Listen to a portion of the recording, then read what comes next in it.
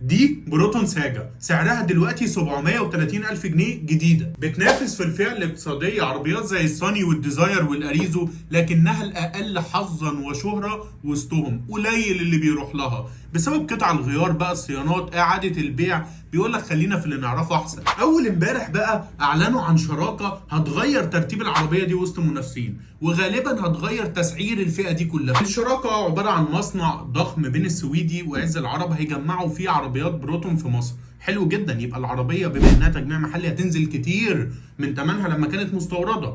وكمان في مكالمه قبل الفيديو ده سمعتها لمدير علامه بروتون في مصر، اكد ان البروتون اللي هتطلع بعد شهر دي اللي هو بدايه انتاج المصنع هتكون ارخص عربيه زيرو في مصر. بروتون ساجا رغم انها فقيره في الخامات الداخليه والاوبشن الا انك ما تستهونش بيها. العربيه دي احسن عربيه في الثبات في فئاتها، احسن من الصاني والديزاير والاريزو، تقريبا كل عربيات فئاتها على الملفات وعلى السرعات. العربيه